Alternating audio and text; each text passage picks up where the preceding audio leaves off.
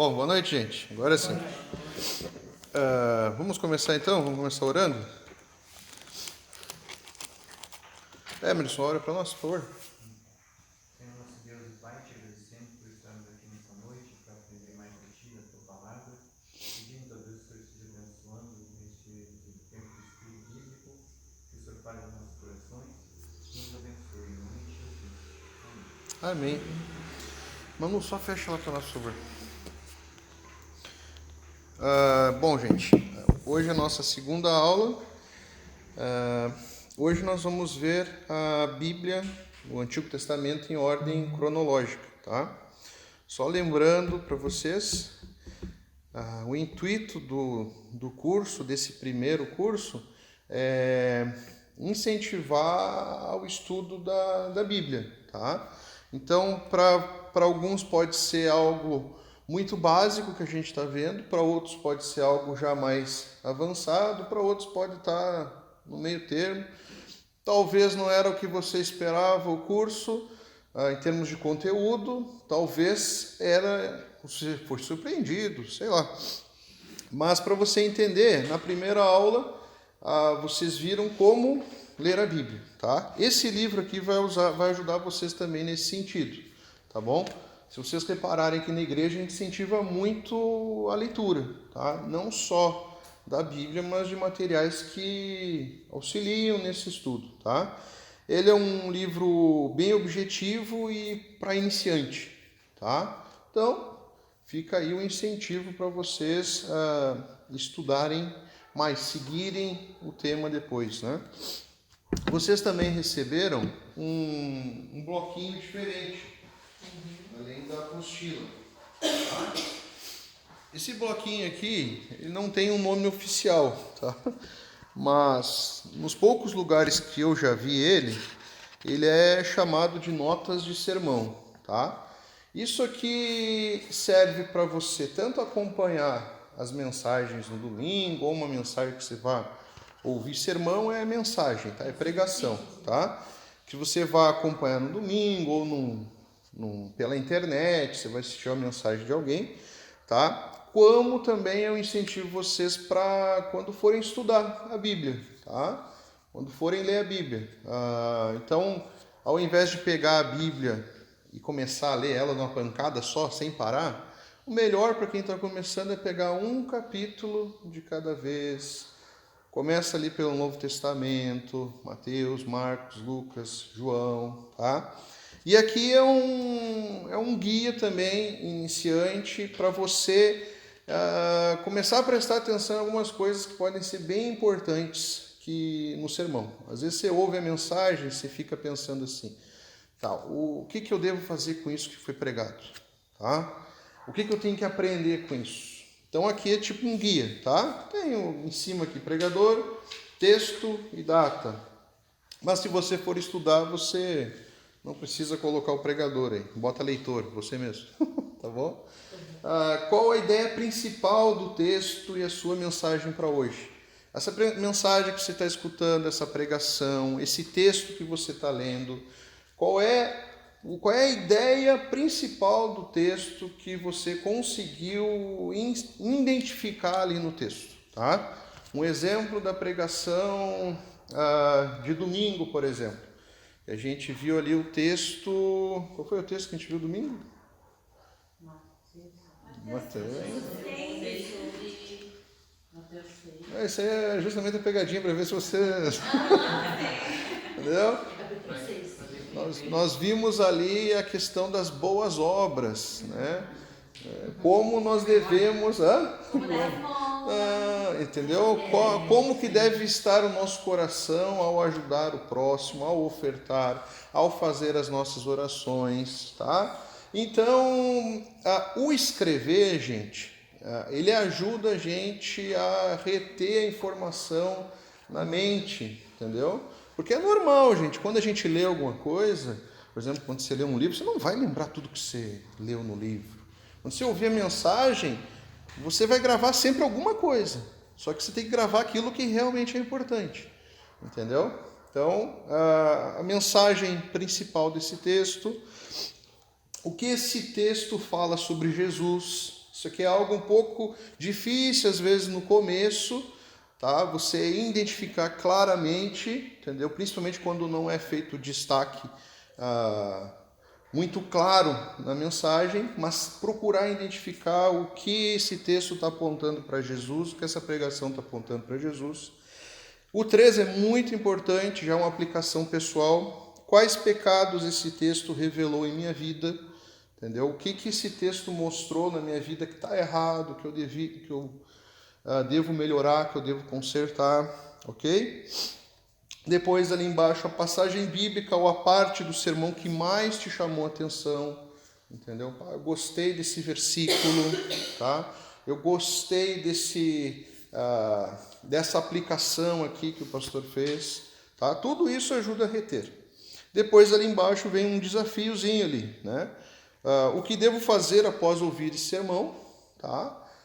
Por exemplo, um domingo, você pode ter visto ali, por exemplo, nossa, eu preciso procurar ajudar as pessoas de uma maneira silenciosa, sem buscar a glória para mim mesmo, por exemplo.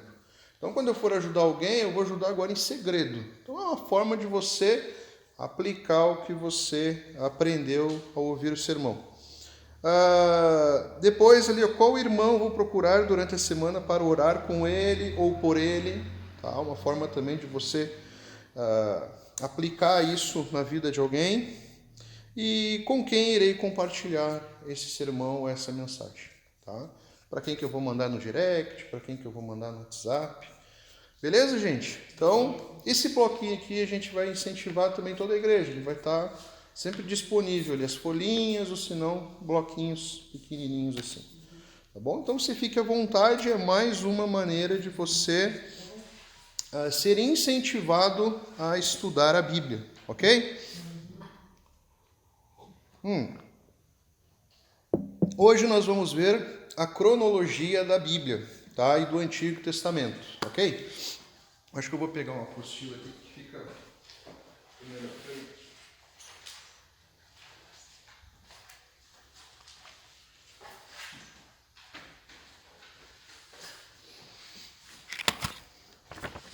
Bom, essa apostila aí que eu fiz para vocês aí, eu peguei algumas não, todas as imagens eu peguei na internet, tá? Então elas podem ter alguma variação, algum erro de data, algum erro de localização, tá? Mas nada muito grave, tá? Então eu procurei selecionar algo que ajudasse vocês aí. Procurei trazer alguns, não sei se o nome disso seria infógrafo, algumas imagens que às vezes olhando a imagem ajuda a perceber melhor o que a gente vai falar aqui, tá bom? Eu vou ajudar vocês aqui a entender cada parte desse material aqui. Antes é o seguinte, que nem eu falei para vocês, talvez o que a gente vai ver aqui seja algo novo, talvez já seja algo batido.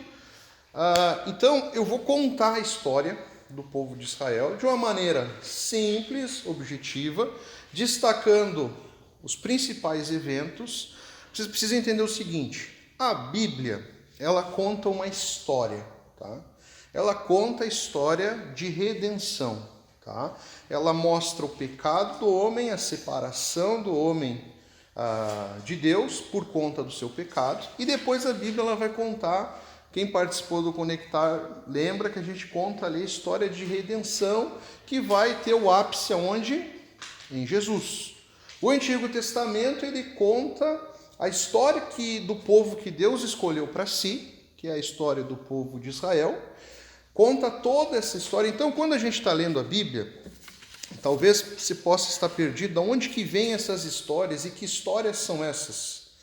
Tá? Vocês lembram dos personagens, né? Abraão, Jacó, Isaac, eu posso citar aqui. Todos esses personagens fazem parte de um povo e a Bíblia ela não está em ordem cronológica, mas há uma ordem cronológica nessa história de fatos. Quando você aprende essa história e você entende essa história, como ela está na Bíblia, dá um boom na cabeça assim, ó. Você entende melhor como que o Antigo Testamento foi escrito e como que ele funciona. Por exemplo, você deve saber, por exemplo, que o povo estava escravo no Egito. Tá? Por isso que o povo fugiu, o Mar Vermelho abriu e tal. Mas você sabe aonde que isso está na história? Qual foi a ordem disso? Então a ideia hoje é colocar isso em ordem, ok?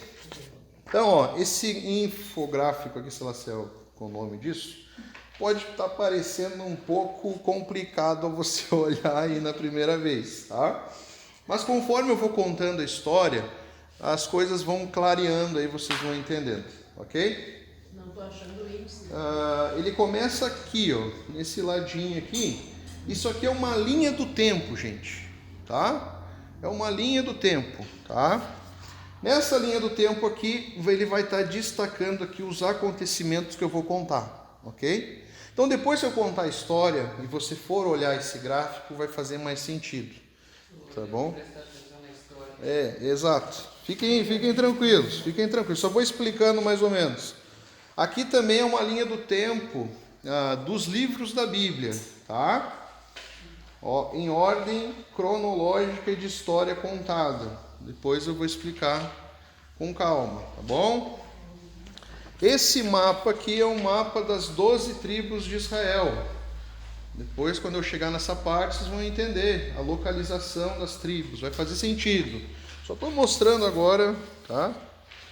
Aqui é a divisão do reino. Reino do Sul, Reino do Norte, tá bom? Vai fazer sentido depois. Imagine que a Bíblia está contando uma série onde tem muita guerra, tem muita disputa, entendeu? Tem família dividida, tem tudo que você possa imaginar. Se fizesse uma série maneira, nossa, seria sensacional. Aqui também é outra ordem cronológica, é outro mapa de uma forma diferente. Bom, eu vou contar a história, que vai demorar essa história, e aí a gente vai entendendo, tá bom?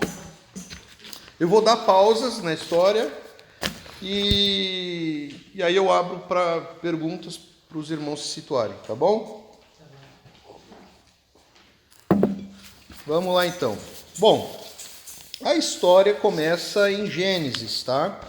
Então em Gênesis nós temos o que em Gênesis? Qual é o primeiro texto que nós vemos em Gênesis? A história da criação. E nós vemos Deus criando todas as coisas, tá? Em quantos dias Deus criou tudo?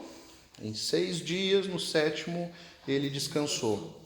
Ali em Gênesis também, do início de Gênesis, nós temos também a queda do homem, tá? O homem opta ali pelo pecado ao comer do fruto proibido, tá? Esse fruto ele simboliza muita coisa na vida do homem, simboliza querer ser Deus, tá? Querer a glória de Deus para si, tá? Depois dessa queda, ali mesmo em Gênesis, Deus anuncia que lá na frente haveria de ter uma redenção, tá? Iria ter uma saída para o homem. Porém, ali começa a história do homem vagando, tá? Ali no início nós vamos ter algumas histórias, como a Arca de Noé, nós vamos ter a Torre de Babel. Qual é a terceira história que tem ali no comecinho ali, antes de Abraão? Caim e Abel, o primeiro assassinato.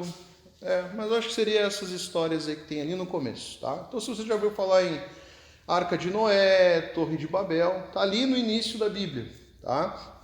Nós temos ali 3 momentos onde há um impacto bem forte ali. A expulsão do homem do Éden, do jardim perfeito, por conta do seu pecado. Temos ali também Deus quase destruindo toda a humanidade, mas aí ele escolhe ali Noé para construir uma arca, e assim há uma sequência da vida. Nós temos a Torre de Babel, onde os homens estavam construindo uma torre para tentar chegar até Deus. E aí Deus olha para aquilo ali e fala, vocês acham que é assim que funciona? Vai lá e há uma confusão das línguas, e eles já não se entendem, eles desistem de construir aquela torre, tá? E aí depois nós temos o chamado de Abraão, tá? Abraão é o primeiro dos que a gente chama de patriarcas, tá? Deus faz uma aliança com Abraão, onde ele seria o pai de uma grande nação, tá? Abraão é o primeiro patriarca, tá? Depois o filho dele é Isaac, lembre-se de Isaac, que ele quase mata o seu filho, mas Deus manda parar, porque viu que Abraão estava sendo obediente a ele, tá? Deus provê ali um substituto para o filho dele, que era um cordeiro que estava ali entre os arbustos, ok? Depois disso, depois de Isaac, Isaac gera esposa de Isaac, né? Vem o terceiro patriarca, que é Jacó. Abraão, Isaac e Jacó. Jacó era irmão gêmeo de Esaú. Eles nasceram juntos, né? Gêmeos. E até pela história da Bíblia, Esaú que nasceu primeiro. Jacó meio que nasceu segurando no calcanhar de Esaú, tá? Então, pela lei, quem deveria receber a primogenitura, isso era muito importante para o povo, era Esaú. Mas aí Esaú troca sua primogenitura por um prato de lentilha. E Jacó e a sua mãe enganam o seu pai na hora lá e ele recebe a primogenitura. Tá? Então ele dá sequência aí ao povo. Jacó ele teve muitos filhos. Dentre esses filhos, um que a gente destaca é José. José é aquele filho que é vendido para o Egito, tá? Pelos seus próprios irmãos. Tá? Ele vai como escravo para o Egito, tá? Ele começa a servir Potifar, tá certo? Começa a servir ali na casa de Potifar. E aí ele vai ganhando confiança, ele vai interpretando os sonhos de Potifar. De repente, esse cara que era escravo, ele vira o governador do Egito. Olha só que sensacional.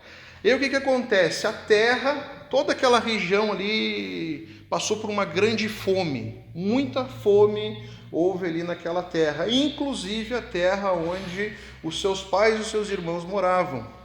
E em busca de ajuda, os seus irmãos foram até o Egito, porque no Egito, ainda mais através de José, que ele foi um bom governador, eles tinham os celeiros cheios, então eles se prepararam para essa época de fome, entendeu? Graças até a José. Então, o que acontece?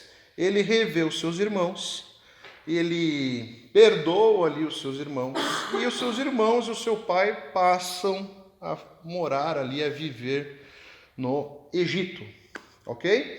A história avança um pouco, e aí o que acontece? O povo de Israel vai para o primeiro exílio, grande exílio, que foi o exílio do Egito, tá? Como que isso acontece? Primeiro, o povo não era escravo. Ele era um povo, eram forasteiros, eles eram imigrantes ali no Egito. Eles tinham a relação, eles vieram através de José, estava tudo bem, tudo tranquilo, eles estavam morando ali bem de boa. De repente, foi mudando ali os reis, os faraós, e aí o povo passa de ser um estrangeiro para ser um povo escravo. Tá? Então o povo começa a ser oprimido ali no Egito. E ali o negócio ficou feio, o povo sofreu muito tempo ali. Nesse tempo, houve lá uma lei do rei que mandava matar todos os filhos dos judeus, do povo de Israel. Então, nessa história aí surge quem? Moisés. Aí Moisés, o que acontece com Moisés? A sua mãe, a sua irmã, para salvar a vida de Moisés, pegam ele e colocam ele dentro de uma... Vocês sabem que, não sei se vocês sabem... Moisés, deixa eu falar. Eles botam ele dentro de um cesto que hoje, não sei se você sabe, quando aquele negócio de carregar criança, o nome dele é Moisés, por causa de Moisés. Eles colocam Moisés ali dentro desse cesto e colocam ele pelo rio. Tipo assim, cara, que Deus O guarde, porque o que estava acontecendo? Os soldados entravam nas casas e matavam os filhos homens. Então, naquele desespero, a princesa estava tomando banho lá com as suas empregadas lá e viu aquele cesto, pediu para elas pegarem o cesto e viu que ali tinha uma criança. E ela decide adotar aquela criança. E ali conversando, ela fala, ó, esse menino aqui é do povo dos hebreus lá. Então, eu preciso de alguém para criar essa criança. A irmã de Moisés, que estava acompanhando a criança, ouve aquilo, vai lá e busca a sua própria mãe, a mãe do próprio Moisés, e oferece para que a mãe de Moisés criasse o próprio filho. Muito bem. Moisés é criado dentro do palácio do Egito. Ele cresceu como um príncipe, e cresceu ali dentro. Mas Moisés tinha um chamado, tá? Só que tem um episódio ruim, que ele decide fazer justiça pelas próprias mãos, e aí ele mata um egípcio, um soldado egípcio, e aí ele foge. Como é que chama quando a pessoa foge? E fica exilado. Ele vai, some no deserto, tá? Com medo que o matassem por aquele crime, tá?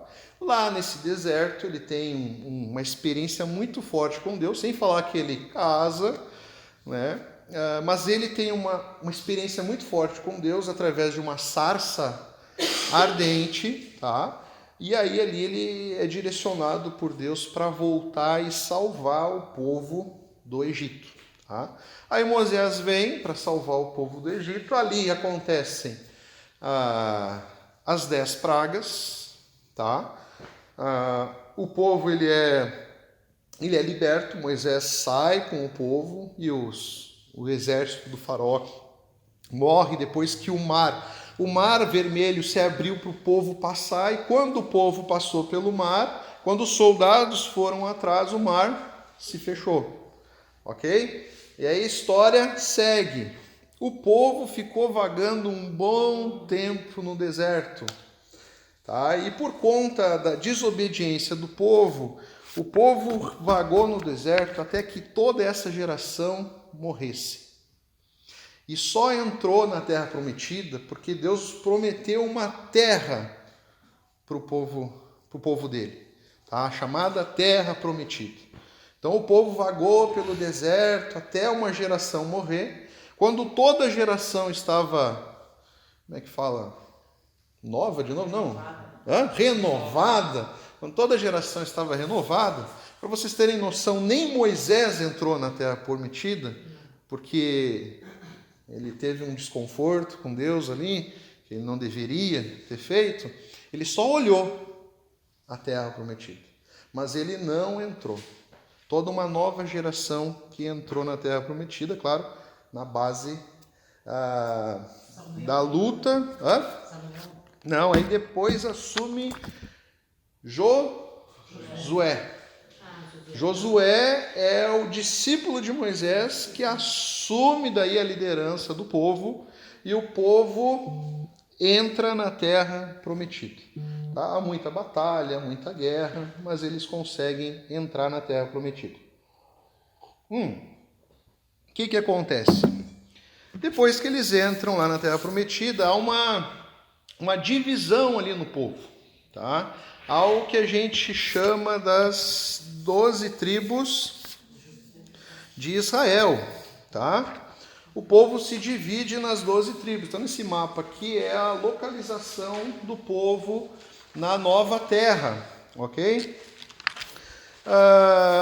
Bom, Jacó tinha 11 filhos e a terra foi dividida em 12. Não, o que acontece? Jacó tinha 11 filhos e José tinha 2 filhos. Esses 2 filhos de José ganharam uma parte. Então seria 11 mais 2? 13. Tá? Aí, por que essa outra tribo aí ela não tem uma terra? Porque ela era a tribo de Levi. E a tribo de Levi ela não herdou terra física. tá? Eles eram eles não tinham uma terra para eles. Eles estavam ali, eles ganharam o privilégio de servirem no templo. Sem falar que nesse período do deserto, que eu esqueci, houve as leis, os 10 mandamentos, que Deus entregou para o povo, os 10 mandamentos. O povo também construiu uma arca, vocês já ouviram falar na arca da aliança, onde guardavam as tábuas da lei. E o povo também criou o que chamava-se tabernáculo. O que era um tabernáculo? Era uma espécie de templo móvel, tá? Mais para frente nós vamos ver que o templo foi construído, mas aqui era um templo móvel. Então, aonde o povo ia, ele carregava o tabernáculo. Quando eles chegavam no lugar que eles iam acampar, era montado esse tabernáculo, e dentro do tabernáculo havia o santuário, havia a arca da aliança que guardava as tábuas. Tinha todo um aparato ali.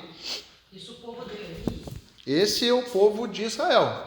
Aqui o povo ainda estava unido, tá? Eram 12 tribos que formavam um povo só. Mas aqui eles começam a se estabelecer como povo, tá? Então, Deus já deu lugar para cada tribo, que era chefiada por o seu líder, que era o patriarca daquela tribo, e Deus já fez isso para eles não brigarem entre si. Cada um tinha a sua função, cada um tinha o seu lugar específico ali naquele lugar, tá? Então, até aí, estava tudo bem, tudo tranquilo. Só que daí o que acontece? Você tem um livro na Bíblia chamado Livro dos Juízes. Então começa a era dos juízes, tá? Eu estou contando acelerado assim, porque se eu for parar devagarinho, e é para dar um... Para 3 aulas. A minha função aqui hoje é dar um choque assim, para vocês terem um panorama. Depois, olhando o material, vocês podem reassistir o vídeo, vocês vão ter uma compreensão melhor, tá bom? Começa a era dos juízes, tá? Essa época dos juízes era o seguinte: o grande X da questão também na Bíblia, Deus odeia a idolatria, tá? Seja ela de estátua, seja ela idolatria do coração.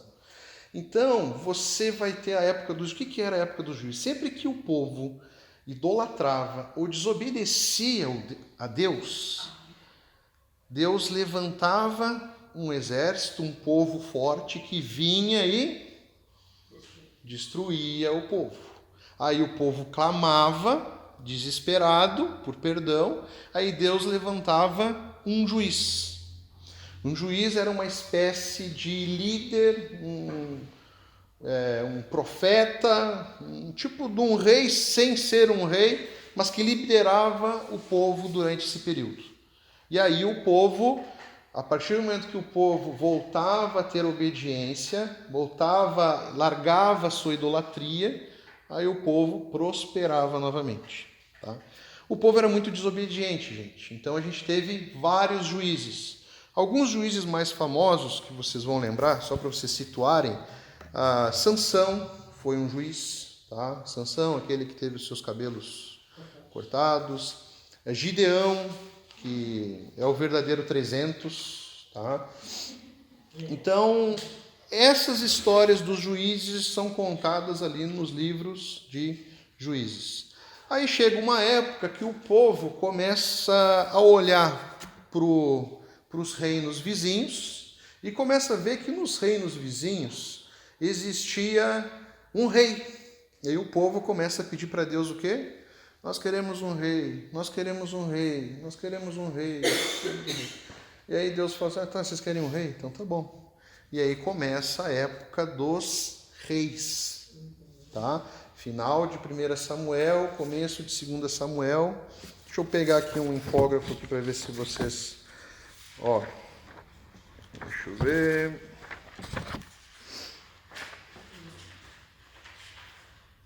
Olha aqui, ó. Esse aqui vai mostrar, ó, gente. Ó.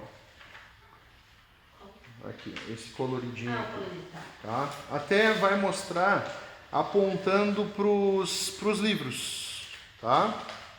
Você vai ter aqui, ó, Gênesis, tá? Que são os 5 primeiros livros. Aí depois ele vai estar aqui, ó, Êxodo, entrada na Terra Prometida. Aí vai ter aqui, ó, os livros de Josué, Juízes, Ruth, Samuel. Aí depois aqui começam os reinos, né? Os 3 grandes reis, que são rei Davi, Salomão e Saul. Não botaram Saul aqui, tá? Mas ele é o primeiro. E aí aqui depois vem a outra parte que a gente vai contar. Então, esses foram os 3 primeiros reis e os 3 grandes reis que Israel teve.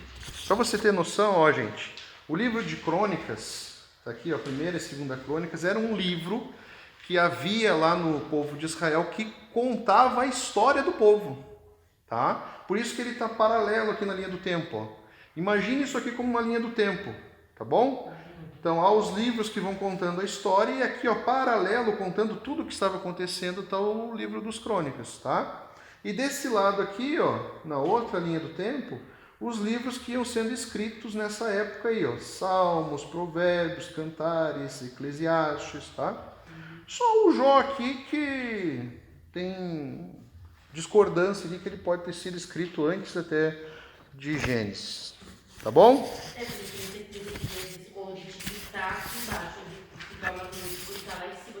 Exatamente. Esse aqui está melhor, ó, na cronologia dos livros, né? Esse aqui está um pouquinho melhor. Tá bom, gente? Então, houve então Saul. Saul foi um grande rei, um rei guerreiro, mas ele depois ali, há um texto bem forte ali que o Espírito Santo de Deus se aparta dele, tamanha desobediência dele, tá? E depois nós tivemos Davi, que é considerado o grande rei, ele foi um rei segundo o coração de Deus. Depois nós tivemos Salomão, que foi o rei que construiu o templo, era um tabernáculo, e aí depois passou a ser um templo, tá? Tem todas as medidas do templo ali, troço, era absurdo, tá? Aí depois, gente, nós vamos ter aqui uma divisão, tá? Há uma grande divisão na história aqui do povo de Israel, que surgem o reino do sul e o reino do norte, tá? O reino do norte ficou no norte, deixa eu pegar um mapinha aqui, cadê o mapinha? Aqui, ó. Formado pela maior parte das tribos, tá? 10 tribos formavam o reino do norte e 2 tribos formavam o reino do sul, tá bom? Não, é Judá e Benjamim. Ó, mas só pra gente seguir. Bom, o reino do norte ficou composto então por 10 tribos e o reino do sul ficou composto por 2 tribos. Tá, o que acontece de diferente então aqui na história, gente? O reino do norte, ele não foi um reino temente a Deus, tá? Então, de todos os reis que o reino do norte teve, nenhum rei foi temente a Deus, tá? E o que aconteceu com o reino do norte? O reino do norte foi invadido pelos assírios, um grande império, tá? E os assírios, eles destruíram o reino do norte, tá? Diferente de outros exércitos que faziam escravos, exilavam o povo, os assírios destruíram o povo. Então o povo, nessa destruição, ele foi disperso, tá? Então se extinguiu o reino do norte. E depois, mais tarde, o reino do norte, esses que ficaram, digamos assim, dispersos, eles formaram o que depois vocês vão ver na cronologia bíblica, o povo dos samaritanos. Tá? Então, o povo dos samaritanos, que era um povo inimigo do povo de Judá, tinha sua origem no próprio povo, tá? Dessa divisão, ok? O povo de Israel, o povo de Judá, deixa eu só explicar para vocês essas nomenclaturas aqui. O povo era chamado de hebreus, tá? Por conta da genealogia de Abraão. Abraão era hebreu, então ele era descendente de um cara chamado Éber, tá? Que aí vem essa origem hebreu, tá? Só para vocês, não é errado você falar, tá? Israel, de onde que vem Israel? Jacó, ele tem o seu nome mudado depois que ele luta com Deus. Lembra daquele episódio que ele luta com o anjo do Senhor? O nome dele passa a se chamar Israel, tá? E judeu, de onde que vem judeu? Do povo de Judá. Do povo de Judá, tá bom? Então, voltando aqui, então os reis ali no Reino do Sul, eles alternavam entre reis tementes a Deus e reis não tementes a Deus. Reis tementes a Deus, reis não tementes a Deus. Aonde você vai ver no Antigo Testamento os livros dos profetas. Aí entra esse infográfico aqui, ó, tá? Os profetas, nós temos vários profetas na Bíblia. Na próxima aula que eu for dar, eu vou falar sobre os profetas do Reino do Norte, do Reino do Sul e também sobre o que são os pequenos profetas e o que são chamados de grandes profetas, tá? Mas então tu tem a atuação de alguns profetas no Reino do Norte, enquanto ele existiu, e depois você tem a atuação dos profetas no Reino do Sul. Tá bom? Para vocês verem que a Bíblia ela tem uma linha cronológica e tem outros textos que vão se inserindo, ó, na linha, entendeu? Por exemplo, a linha cronológica ali contada, por exemplo, dos reis, ali em 1ª e 2ª Samuel, no livro de Crônicas, e ao mesmo tempo existiam profetas que estavam falando ao povo e ao mesmo tempo eles estavam escrevendo os seus livros. Entenderam? Onde que eu parei? Isso. Bom, aí teve os reis bons, os reis maus, tal. Só que daí o povo, de novo, desobedeceu a Deus, como sempre. E aí vem o segundo grande exílio, que é o exílio da Babilônia, tá? Então veio Nabucodonosor. A gente conhece bastante o exílio da Babilônia porque a gente linka quem? O profeta Daniel. Então, na Bíblia a gente vai ter vários reinos que oprimem o povo, tá? Aqui nesse último infográfico aqui, ó, depois você olha isso em casa. Esse aqui é mais complicado, mas ele traz duas linhas do tempo aqui, ó, tá? Uma do Antigo Testamento em ordem cronológica e aqui, ó, dos impérios que se levantaram, tá? Isso aqui tudo, gente, não é só história da Bíblia, isso aqui é história do mundo, tá? Isso aqui você encontra em livros de história, tá? Entendeu? Só que, claro, há aqui nós estamos ao mesmo tempo contando a história do povo de Deus, a história bíblica, dentro dessa história do mundo, tá? Aqui diz que eles rodaram 70 anos de época. Cativeiro da Babilônia, sim. Sim, nesse cativeiro que a gente vai falar agora. Então, no cativeiro do Egito, o negócio era pesado, era muito feia a coisa ali, tá? Os assírios também, não é à toa que o Reino do Norte foi extinto. Como era o estilo dos babilônicos? Por que Daniel, por exemplo, foi parar no palácio do rei? Porque os babilônicos, eles cercavam, tá? E eles pegavam aqueles que eram os melhores, digamos assim. Tá? Eles iam ali na alta sociedade do povo de Israel, pegavam os jovens que eram bem dotados de conhecimento, que eram tinham um físico bonito e bem saudável. E aí eles levavam esses jovens para morar dentro do palácio, absorver uma nova cultura. Então o objetivo dos babilônicos era mudar a cultura do povo escravizado através da liderança que ele formava. Pode até tirar, como falar, a caracterização dos índios aqui. É mais ou menos isso. Esse era o estilo dos babilônicos, tá? Então eles fizeram isso. Daniel, ele foi nessa primeira remessa aí. E aí nós temos a história dele, ele chamou muito a atenção, ele foi muito bem, tá? A história segue. Depois os babilônicos eles são destruídos pelos persas, tá? Os persas eles já tinham outro estilo de governo. Aí os persas eles deixavam o povo que eles dominavam viver conforme a sua vontade. Por exemplo, os babilônicos eles destruíram o templo. E quando os persas destroem os babilônicos, eles deixam que o povo retornasse para Jerusalém e começasse a reconstrução do templo e da muralha. E aí nós vamos ter Esdras, nós vamos ter Neemias, que fazem parte dessa reconstrução do templo e a reconstrução do muro. Então os persas, a única coisa que os persas queriam, vamos ver se você sabe o que era a única coisa que os persas queriam. Hã? Não. O que vocês acham? Tributo, dinheiro. Contanto que vocês nos paguem, vocês podem ficar à vontade.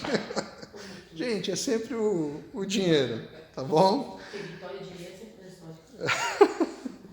Tá bom, gente? Então, depois, aí há essa fase aí da reconstrução, essa fase do povo, é uma fase bem importante para o povo. Há uma espécie de avivamento ali do povo, onde o povo começa a estruturar, por exemplo, o que nós temos hoje como Antigo Testamento. Eles já tinham todos os escritos, eles começam a organizar isso, eles começam a se organizar também no templo. Então há um período bem interessante aí, tá bom? Depois houve outros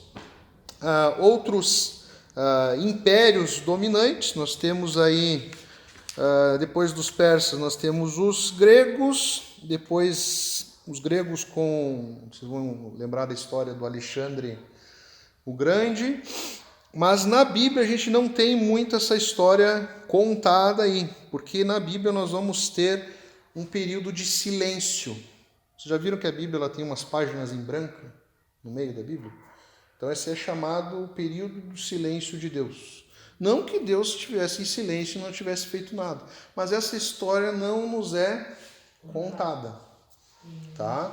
A história vai voltar lá no Novo Testamento com o povo sobre outro império, que é o Império Romano. Foi um dos maiores impérios que já existiu, tá bom? Então, tem alguns livros, por exemplo, até falando um pouco, nós temos livros, por exemplo, apócrifos. Tá? Um pouquinho sobre isso, não sei se chegaram a falar na primeira. Os livros apócrifos são livros que contam a história do povo de Israel, mas eles não são considerados livros inspirados por Deus. Tá? Então, tem um livro que eu tenho conhecimento que conta um pouco dessa história interbíblica, que a gente chama, do silêncio de Deus, que é o livro dos Macabeus, por exemplo. Você vai encontrar esses livros na Bíblia Católica. Tá? A Bíblia Católica ela tem 7 ou 6 livros a mais. Sabe quantos são?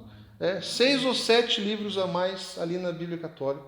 Esses livros, em outro momento a gente entra nisso, senão vai se expandir mais.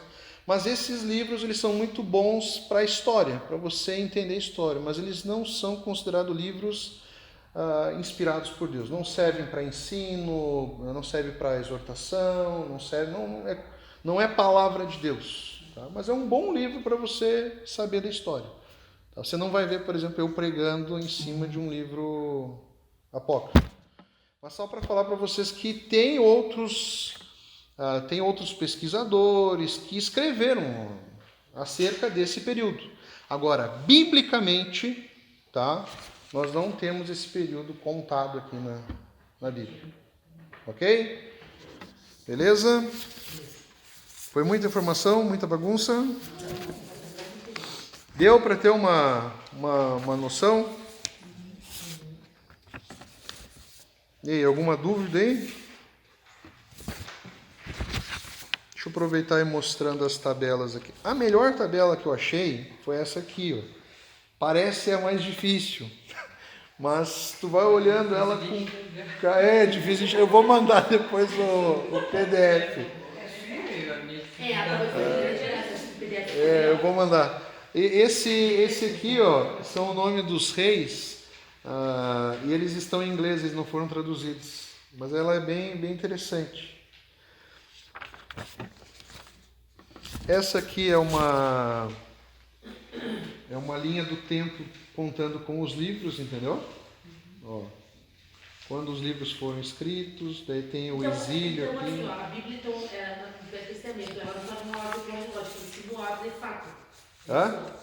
Que ela não está cronológica, ela começa com eles, mas já está em algum lugar. Mas ela vai em ordem de fatos e não de... Não, eu diria que ela está meio que por estilo literário, mais ou menos. Tá.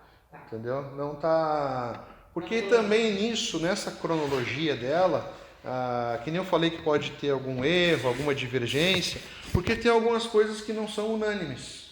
Tá? Nada que mude a nossa fé, alguma coisa, mas só tipo assim, Jó. Tá? Jó é um livro que há uma polêmica, por exemplo, da datação dele, quando ele foi escrito, entendeu?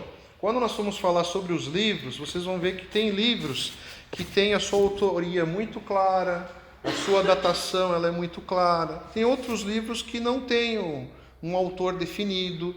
Tem alguns que se arriscam a dizer que, por exemplo, um livro do Novo Testamento, Hebreus. Alguns dizem que Hebreus foi Paulo que escreveu. Entendeu? Mas, de fato, não há uma clareza quem é o autor de Hebreus. Tá bom? Mas isso aí não muda muita coisa. Ainda mais Hebreus, que é um livro muito legal e muito importante para nós. Entendeu? Agora, o que vale a pena no estudo da Bíblia, que eu recomendo a vocês, tudo com tempo, né, gente? Primeiro, você lê ali é importante na Bíblia você ler o Novo Testamento, principalmente ali os Evangelhos, tá? E depois você tem que ter uma clareza disso que eu falei agora. Onde é que está a história, entendeu? A partir do momento que você lê os Evangelhos e sabe como é que a história se desenhou, as coisas fazem mais sentido, entendeu? Porque a Bíblia, gente, ela é sensacional, só que ela é difícil, tá? O plano de salvação de Deus para nós é fácil de entender, mas a Bíblia é um livro difícil, tá? Então, são 66 livros escritos por pessoas diferentes, em épocas diferentes. Só que qual é o sensacional disso? Ela se complementa e ela tem uma história perfeita dentro dela. Apesar de... Ela tem uma ligação. Por isso que mostra uma divindade nela. Ela é perfeita. Entendeu? Mesmo sendo escrito por pessoas totalmente diferentes umas das outras. Então a Bíblia ela é um livro sensacional. Esses dias me perguntaram, mas não tem como terem plagiado, terem inventado essa história? Olha... Cara, para inventar essa história, eu acho humanamente impossível do cara, porque é uma riqueza de detalhes, é uma riqueza de ligação, assim, absurdo. Não tem como você negar. Se fosse um livro só, né? Não, exatamente. São 66 livros, entendeu? E eles são bem diferentes uns dos outros. Entendeu? Cada um tem um estilo de escrita diferente. Curioso saber como é que se juntaram todos, né? Exatamente. Por exemplo, esses livros, tem outra coisa. Esses livros eles não foram escritos em caderno, em livro. Isso só aumenta mais a veracidade desses livros. Eles eram escritos em pergaminhos. E aí o povo ele tinha os escribas, ele tinha a cultura. O povo judeu, o povo de Israel, ele tem uma cultura muito oral, tá? De se transmitir os ensinamentos. Então, por exemplo, as crianças, quando elas eram ensinadas, elas sabiam a lei toda de cor. Eles tinham uma tradição oral muito forte. E a escrita também. Eles iam escrevendo e iam fazendo cópias desses escritos. Entendeu? Então, tem várias cópias, tanto do Antigo Testamento, quanto do Novo Testamento. Por exemplo, Paulo, quando escrevia uma carta para uma igreja, Paulo, por exemplo, vocês vão ver quando a gente for estudar isso, ele escrevia, os seus livros são cartas que ele escrevia para as igrejas. Quando uma igreja recebia uma carta, as outras igrejas ao redor vinham e faziam cópias. Aí o que acontece? A história foi indo. Houve na história da igreja o que a gente chama de concílio, onde se reuniram e começaram a estruturar a Bíblia que nós temos hoje. Tá? E aí chegaram à conclusão desses 66 livros. Tá bom?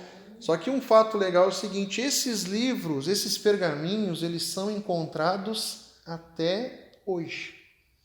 De vez em quando estão fazendo alguma construção lá em Israel, em algum território, de repente eles abrem e enxergam uma caverna, quando vê nessa caverna tem vasos, tem coisas e tem pergaminhos.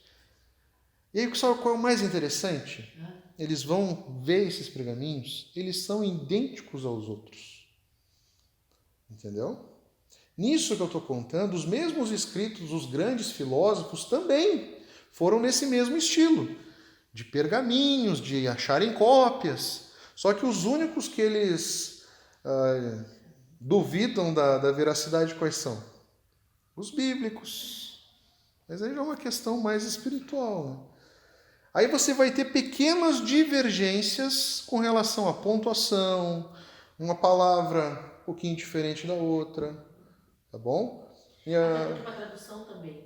Hã? Até com a tradução também deve ser complicada, porque é uma língua que uma palavra pode significar uma coisa para não significar outra. Então, Sim. na tradução vira tudo. Ganhou uma estrelinha, porque lembrou da aula passada.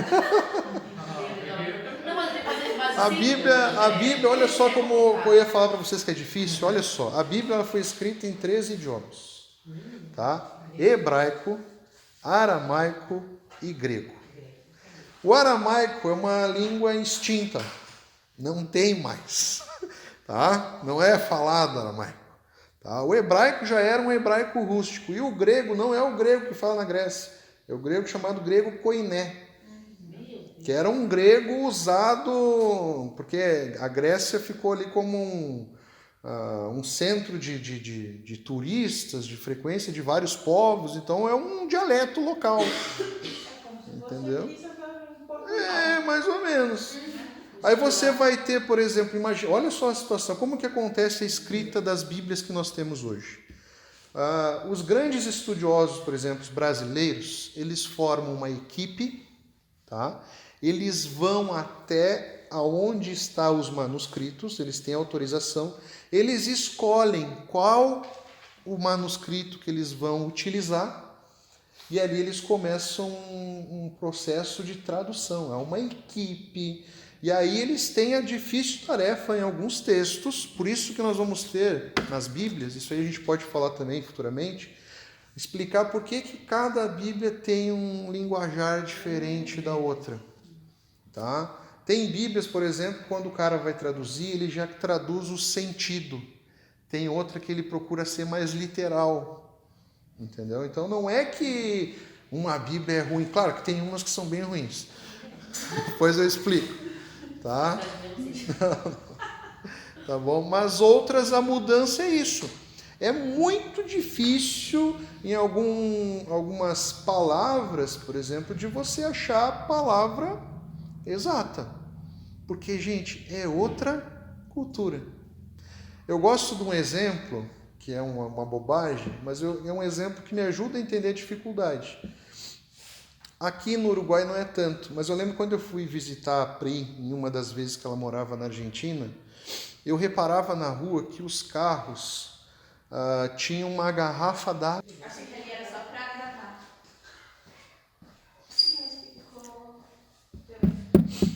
Então, olha só como é complicado.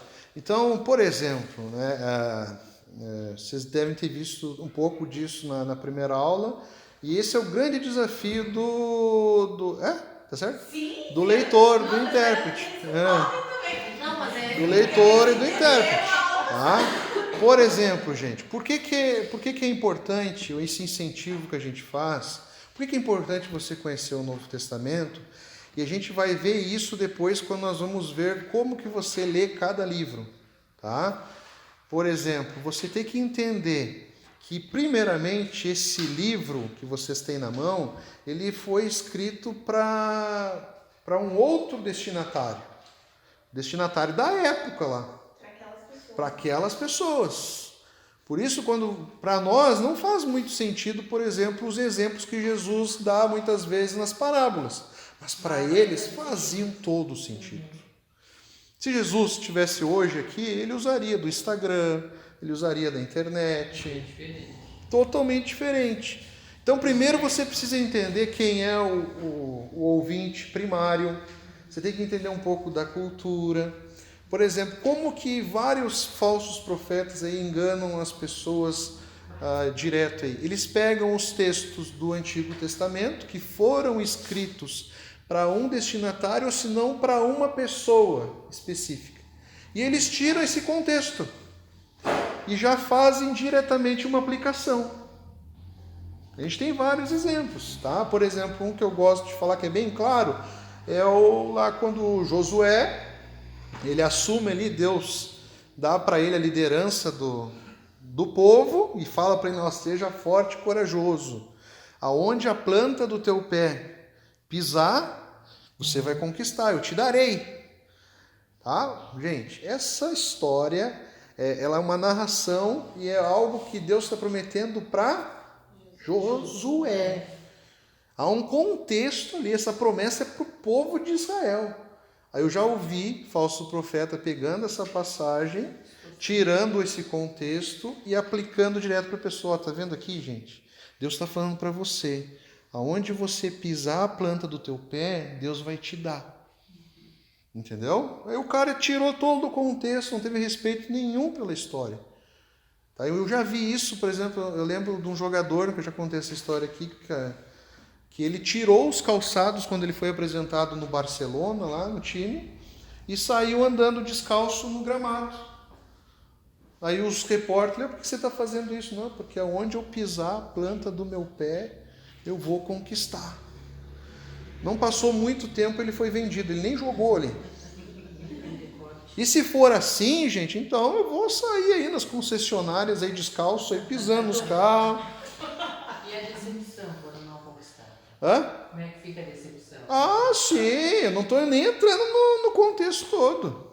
Mas, entendeu? É assim que funciona. Então não há um respeito pela palavra de Deus. Entendeu? Então o Antigo Testamento ele é sensacional. É pegar um versículo só para distorcer a seu favor, no caso. Exatamente, ele tem outras intenções daquilo ali. Então, sempre por exemplo, assim, depois a gente vai ver sobre isso também. Pastor, e esse caso ainda está tranquilo, mas tem gente que pega partes da Bíblia e forma uma nova teologia. Uma questão da teologia da prosperidade, várias teologias baseadas numa parte da Bíblia. Exatamente. Pega um livro e diz que é aquilo e forma uma nova teologia, uma nova igreja, um novo segmento, não sei.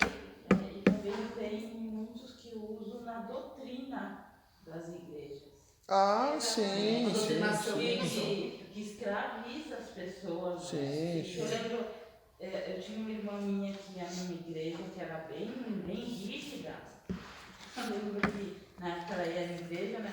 Uma vez ela chegou em casa e disse assim, disse pra minha sobrinha me dizer, né? Diz pra tua tia que ela vai pro inferno porque ela tá usando brinco.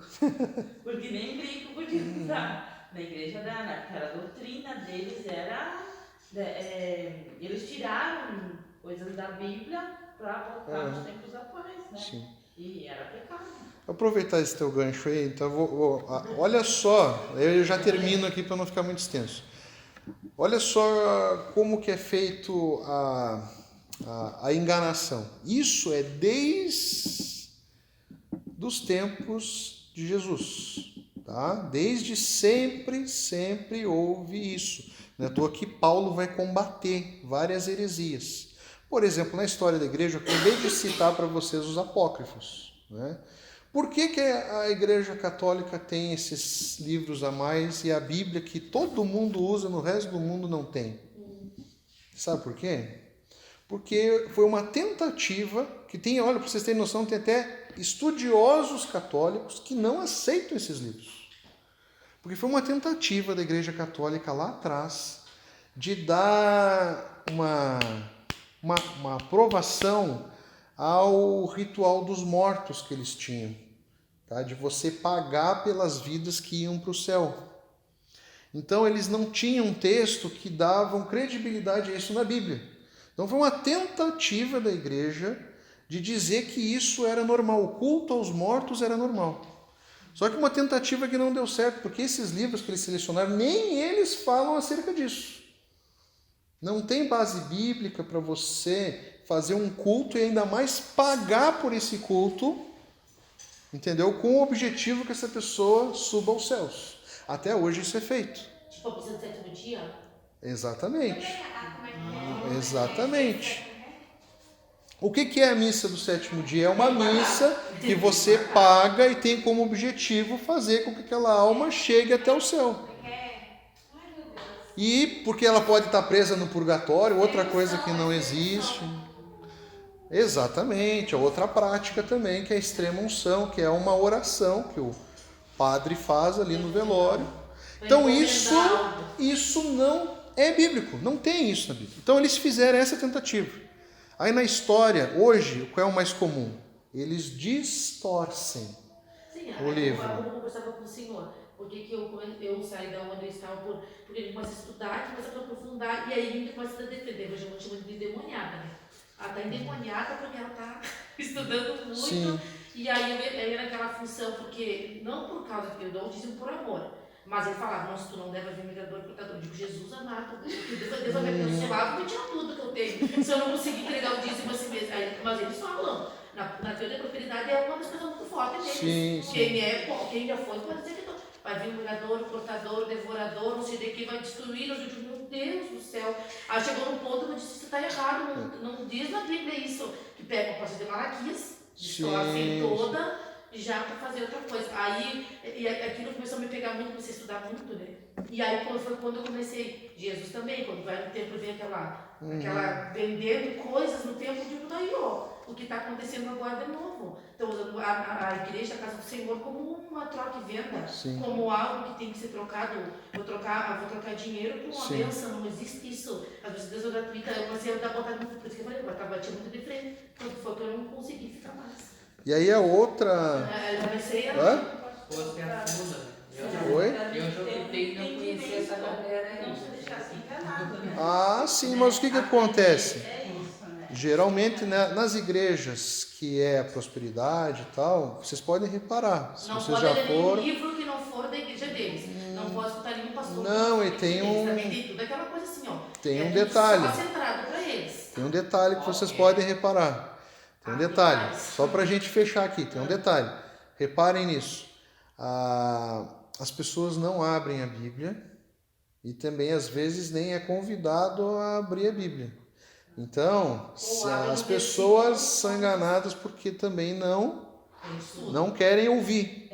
Essas leis aí que você falou, essas doutrinas que são impostas, isso aí as seitas fazem muito disso, que são livros. Ou senão a igreja faz uma lista de regras e de conduta, entendeu? Que ela fez e ela impõe sobre as pessoas, mas isso não é bíblico. Então são essas três maneiras. Estudo bíblico não dá. Não, esse dão é estudo de doutrina.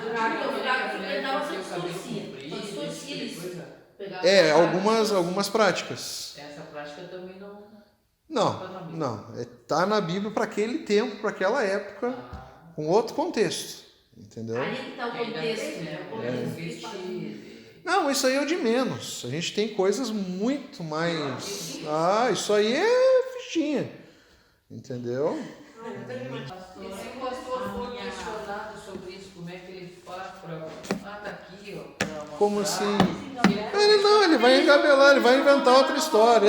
Aí o que ele vai fazer, que é outra prática? Ele vai dizer, não, isso aí foi uma revelação que Deus me deu. Já não tem